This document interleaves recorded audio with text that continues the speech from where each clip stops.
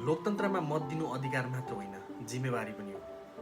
तर कहिलेकाहीँ दलहरूले उठाएका उम्मेदवार जनताको चाहना र अपेक्षा अनुसार नहुँदाखेरि मतदाताले कसलाई रोज्ने भन्ने कुरामा दुविधा भोग्दै आउनु परिरहेको छ।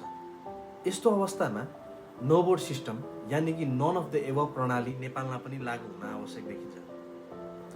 यो नो भोट प्रणाली लागू भयो भने जनताले मन नपरेको उम्मेदवारप्रति असहमति सभ्य र लोकतान्त्रिक ढङ्गले व्यक्त गर्न सक्छ। यसले के हुन्छ भने राजनीतिक दलहरूलाई पनि एउटा सन्देश दिन्छ, जस कारणले योग्य र इमान्दार र सक्षम व्यक्तिहरूलाई मात्र उम्मेदवारी बनाउनु पर्छ भन्ने।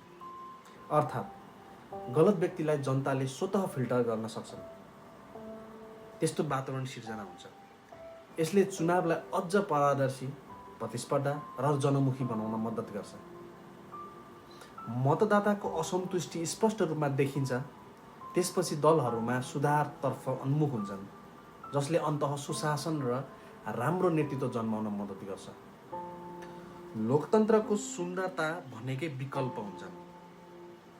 त्यसैले सही नेतृत्व चयन गर्न र जनताको आवाजलाई अझ शक्तिशाली बनाउन नो भोट प्रणाली भविष्यका लागि एकदमै आवश्यक कदम बन्न सक्छ। धन्यवाद।